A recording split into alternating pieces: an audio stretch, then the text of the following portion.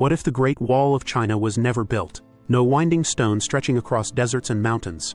No tourists walking its length. No symbol of endurance. Just open land. Let's go back 2,000 years. The Qin dynasty, led by Emperor Qin Shi Huang, begins linking smaller walls into one massive structure meant to defend China from northern invaders, especially the Xiongnu early steppe nomads. Over time, that defensive dream becomes the Great Wall.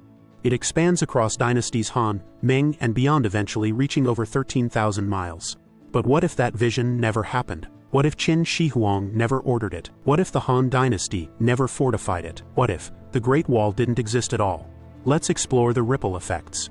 First, military defense. Without the wall, northern invaders Xiongnu, Mongols, Manchus would have had a much easier time breaching China's borders. And while the wall didn't always stop invasions, it slowed them, gave time, wore enemies down. It forced attackers to strategize, not just charge. Without it, China could have been overrun centuries earlier. Dynasties might have fallen faster. Power might have shifted northward. The Ming, Song, Tang all could have ended differently. Now think globally. Would Genghis Khan have conquered more?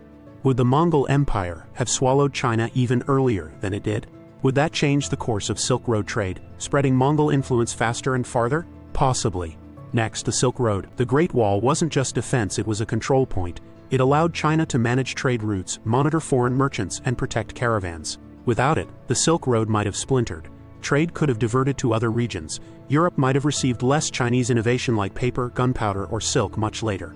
The Renaissance delayed. The compass lost in time. Now let's zoom in. No Great Wall means no national symbol. The wall isn't just a structure. It's identity, unity, proof of what human hands and human will can build. It shaped how China sees itself: resilient, ancient, strategic. Without it, national pride looks different. Tourism looks different. Even maps look different. Today, the wall draws tens of millions of visitors a year. It's a UNESCO World Heritage Site. Without it, China's most iconic travel destination vanishes. Travelers looking for ancient wonders would reroute. Tour companies lose a cornerstone.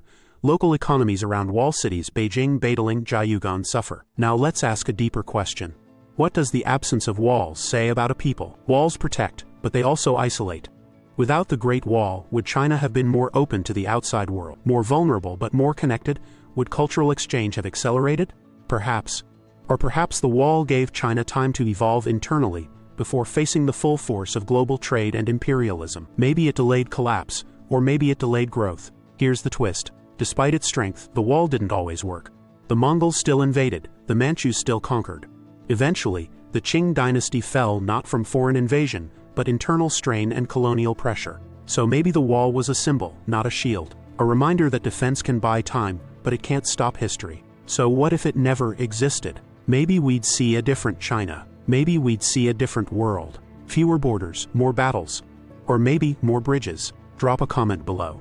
Was the Great Wall truly worth it, or was it a beautiful delay of the inevitable? And don't forget to subscribe to Blogs and Travels, where history meets adventure, and travel meets imagination. Because sometimes the best way to explore the world is to ask how it could have been built differently.